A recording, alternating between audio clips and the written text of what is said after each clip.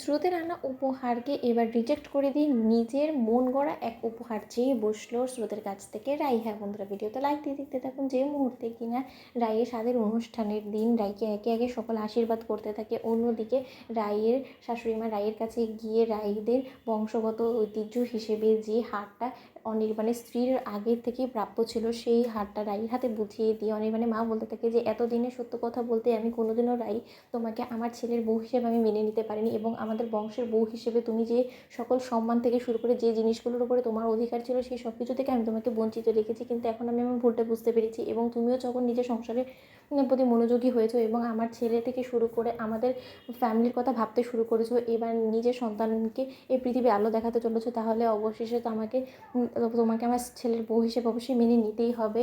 এটা ভেবো না যে আমি তোমাকে এখনও পর্যন্ত মন থেকে মেনে নিতে পারিনি। আমি তোমাকে অবশ্যই এখন মন থেকে মেনে নিতে পেরেছি, কারণ এতদিনে তুমি আমার ছেলের যোগ্য বউ হয়ে উঠেছো, অন্তত এতটুকু আমি নিজে বুঝতে পেরেছি।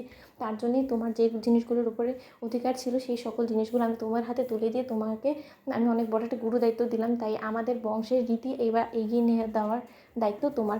অন্যদিকে এই কথা বলা মাত্র রাই বলতে থাকে যে সত্যি আমি কোনোদিন এক্সপেক্টও করিনি যে একটা সন্তান প্রসব করতে গিয়ে আমি এত বড় একটা গিফট পাবো আপনার কাছ থেকে। আপনি যা অবশেষে হলেও আমাকে আপনার ছেলের বউ হিসেবে মন থেকেই মেনে নিয়েছেন, সেটাই আমি আপনার কাছে চিরকৃতজ্ঞ থাকবো। আপনি একদম ঘাবড়াবেন না, আমি যথাসাধ্য পরিমাণে চেষ্টা করবো আমার পরিবারটাকে আগলে রাখার।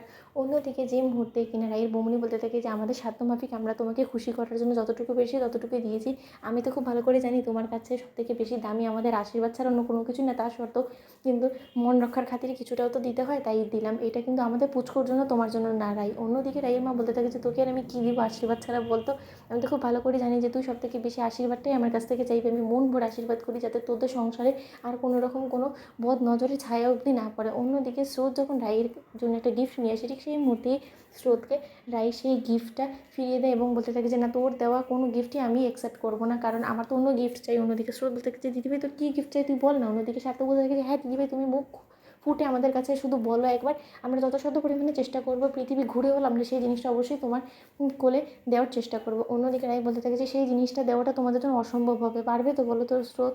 সার্থক অন্যদিকে সার্থক বলতে থাকে যে আলবাত পারবো, পারবো না কেন বলো তো? অন্যদিকে রাই বলতে থাকে যে তাহলে ঠিক আছে, সকলকে সাক্ষী রেখে আমি আমার ইচ্ছেটা প্রকাশ করছি। এবার রাখা না রাখা তোমাদের ওপরে। আমি চাই যে স্রোতের কোল আলো করে একটা ফুটফুটে সন্তান আসুক, যেটা কিনা স্রোতের ভালোবাসার চিহ্ন হবে। কি সার্থক, এটা নিশ্চয়ই তোমার কোনো আপত্তি নেই? আমি খুব শীঘ্রই বড় মাসি হতে চাই, এবং তোমরা একদম টেনশন করো না, এতে করে স্রোতের ক্যারিয়ারের মতো কোনোরকম কোনো প্রভাব ফেলবে না। আমি রীতিমতো নিজের দায়িত্ব নিয়ে আমার সন্তানের সঙ্গে তোমাদের সন্তানটাকে মানুষের মতো মানুষ করে দিব।